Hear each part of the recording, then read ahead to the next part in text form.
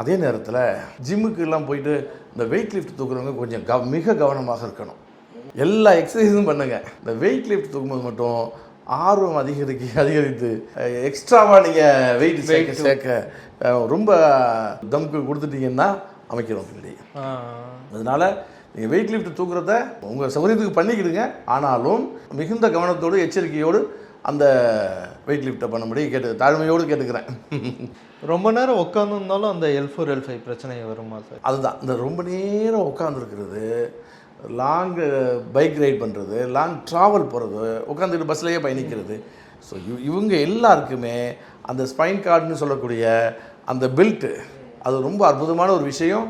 எல்லா பெரிய மெடிக்கல் ஸ்டோர்லேயும் கிடைக்கும், சர்ஜிக்கல்ஸில் கிடைக்கும்.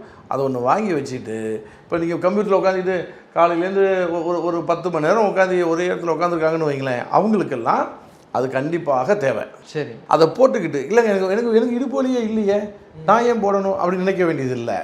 இந்த ப்ரெஷர் கொடுத்தீங்கன்னா அந்த ப்ரெஷர் கம்மியாகும், பின்னாடி வரக்கூடிய ஆபத்திலிருந்து பாதுகாத்துக்கலாம். அந்த இது அழுத்தாமல் பார்த்துக்கணும், அவ்வளோதான்.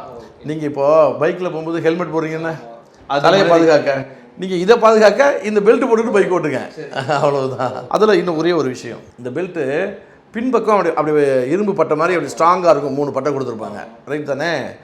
இப்போ சில பேர் எப்படி போடணும்னு தெரியாமல் நல்லா இறுக்கி கீழே பெட்டக்ஸ் கிட்ட வச்சு போட்டுருவாங்க. போட்டால் வலியே இல்லை, இது போட்ட பிறகு வலி வந்துடும்.